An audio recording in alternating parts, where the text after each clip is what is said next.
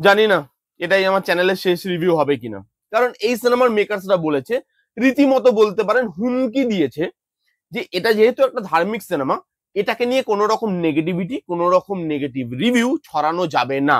যদি সেটা করা হয় তাহলে তারা নাকি কেস করবে। এবার হাস্যকর বিষয় কি জানেন, প্রত্যেকটা মানুষ এটা জানার পরেও এটাকে নিয়ে নেগেটিভিটি করছে, এটা নেগেটিভ রিভিউই দিচ্ছে।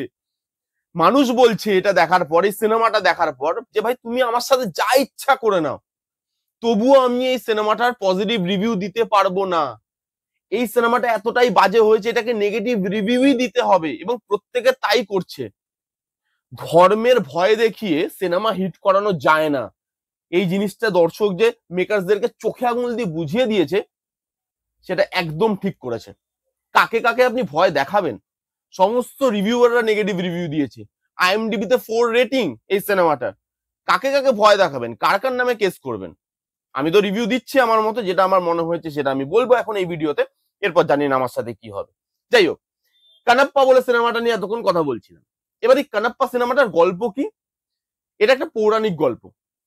একজন মানুষ আছেন, যিনি নাস্তিক, একজন মানুষ, পুরোপুরি নাস্তিক মানুষ, তার ভগবানের প্রতি আস্থা বা বিশ্বাস কোনোটাই নেই। কিন্তু তার জীবনে একটা সময় আসে যখন তিনি ভগবানকে মানতে শুরু করেন, তখন তিনি শিব ভক্ত হন, এবং সেই ভক্তিটা কোন লেভেলে পৌঁছায় সেই জিনিসটাই এই সিনেমাতে দেখানো হয়েছে। 3 ঘন্টা রানিং লেন্থ এই সিনেমাটা। এবার এই সিনেমাটার পজিটিভ দিক, এবং কিছু পজিটিভ দিক আছে যেগুলো আমাকে বলতে হবে, এবং সেগুলো আমি বলবো, এবং নেগেটিভ দিকও আছে সেগুলো আমি বলবো। প্রথমত, এই সিনেমাতে অনেকগুলো ক্যামিও আছে। মোহনলাল স্যারের ক্যামিও আছে, প্রভাসের ক্যামিও আছে, অক্ষয় কুমারের ক্যামিও আছে। এই সব ক্যামিওর মধ্যে প্রভাসের ক্যামিওটা সব থেকে ভালো। প্রভাসকে এখানে ভালো লেগেছে, তাকে যেভাবে প্রেজেন্ট করা হয়েছে সেটা ভালো। সেখানে যেভাবে হালকা ফুলকা কমেডি রাখার চেষ্টা করা হয়েছে সেটাও কিন্তু বেশ ভালো লাগে দেখতে। এবং যে রিদমের সিনেমাটা চলছিল, সেই রিদমটাকে প্রভাস কোথাও এসে ব্রেক করে, এবং প্রভাসের যেহেতু এত বড় একটা ফ্যান ফলোইং, তার ফ্যানরা কিন্তু এই কেমিওটা দেখে খুশি হবে। তাকে যেভাবে প্রেজেন্ট করা হয়েছে, তাকে যেভাবে বডি ল্যাঙ্গুয়েজ রাখা হয়েছে, সেভাবে যেভাবে পারফর্ম করেছে, সেটা কিন্তু বেশ ভালো, এবং প্রভাসকে এখানে বেশ বেশ ভালো লেগেছে। প্রভাসের ক্যামিওটা সব থেকে বেশি ইন্টারেস্টিং এই সিনেমাতে। নেক্সট হচ্ছে এর ক্লাইম্যাক্স। এখানে 15-20 মিনিট, লাস্টের 15-20 মিনিট সেখানে আপনি ইমোশনাল হন।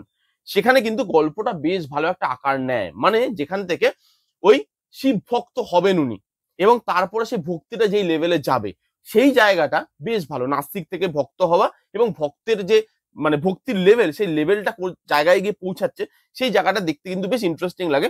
সেই লাস্টের 15-20 মিনিট বেশ ভালো। এখানে বিজিএম বলি, লুক অ্যান্ড ফিল বলি, লুক অ্যান্ড ফিল মানে মাটিতে যেগুলো শুট করা হয়েছে, আকাশেও শুট করা হয়েছে বলছে আমি পরবর্তীকালে, মাটিতে যেগুলো শুট করা হয়েছে সেইখানে লুক অ্যান্ড ফিল ঠিকঠাক, চলো কাজ চালানোর মতো। পাহাড়, নদী, জঙ্গল টঙ্গল দেখিয়েছে, ঝর্ণা ঠর্ণা দেখিয়েছে। লুক অ্যান্ড ফিলটা ভালো লাগে। বড় স্ক্রিনে যখন আপনি দেখবেন তখন লুক অ্যান্ড ফিলটা মানে ঠিকঠাক চালিয়ে নেওয়ার মতো একটা লুক অ্যান্ড ফিল। খুব খারাপও না, আবার খুব ভালো না, চলো ঠিক আছে। বিজিএমও মোটামুটি খারাপ নয়। এখানে কিছু কিছু অ্যাকশন সিকোয়েন্সেস আছে, সেই অ্যাকশন সিকোয়েন্সেস গুলো ভালো। কিছু কিছু অ্যাকশন সিকোয়েন্স, এখানে অনেকগুলো অ্যাকশন আছে, তার মধ্যে কিছু কিছু একটা দুটো অ্যাকশন সিকোয়েন্সেস আপনার মনে হবে দেখে, চলো এই অ্যাকশন সিকোয়েন্সটা ভালোভাবে শুট করার চেষ্টা করা হয়েছে, সেই জিনিসগুলো আপনার ভালো লাগবে দেখতে। এছাড়া এই সিনেমাতে আর কোনো পজিটিভ দিক নেই। এইবার এই যদি নেগেটিভ দিক নিয়ে কথা বলি, মেকার্সরা কি বললাম, প্রথমেই একটা নোটিশ জারি করেছিল যে এই সিনেমাটাকে নিয়ে নেগেটিভ রিভিউ করা যাবে না, কারণ এটা নাকি একটা ধার্মিক সিনেমা। চলো ঠিক আছে, কোনো অসুবিধা নেই। মেকার্সরা একটা ধার্মিক সিনেমার মধ্যে এত অ্যাডাল্ট্রি, এত ভালগারিটি কি করে ঢুকিয়ে দিল? তাদের তো নিজের সিনেমা এটা, তারা তো নিজে এই জিনিসটাকে ধার্মিক সিনেমা বলে প্রচার করছে।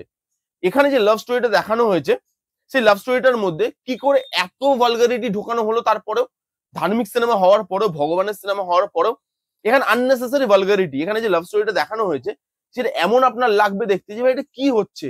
ধার্মিক সিনেমা, স্টোরি একটা ছিল, সেখান থেকে লাভ স্টোরিটা এত টাইম কেন দেওয়া হচ্ছে, এত বিল্ড আপ কেন দেওয়া হচ্ছে, যেখানে লাভ স্টোরিটার পরবর্তীকালে কোনো শেপ নিচ্ছে না, যেখানে লাভ স্টোরিটার আর কিছু দেখাচ্ছে না আপনাকে সেভাবে, তাহলে সেই লাভ স্টোরিটা এতটা কেন ডেপথ, এতটা কেন টাইম দেওয়া হচ্ছে, এবং সেটা এতটা ভালগার ওয়েতে কেন দেখানো হচ্ছে?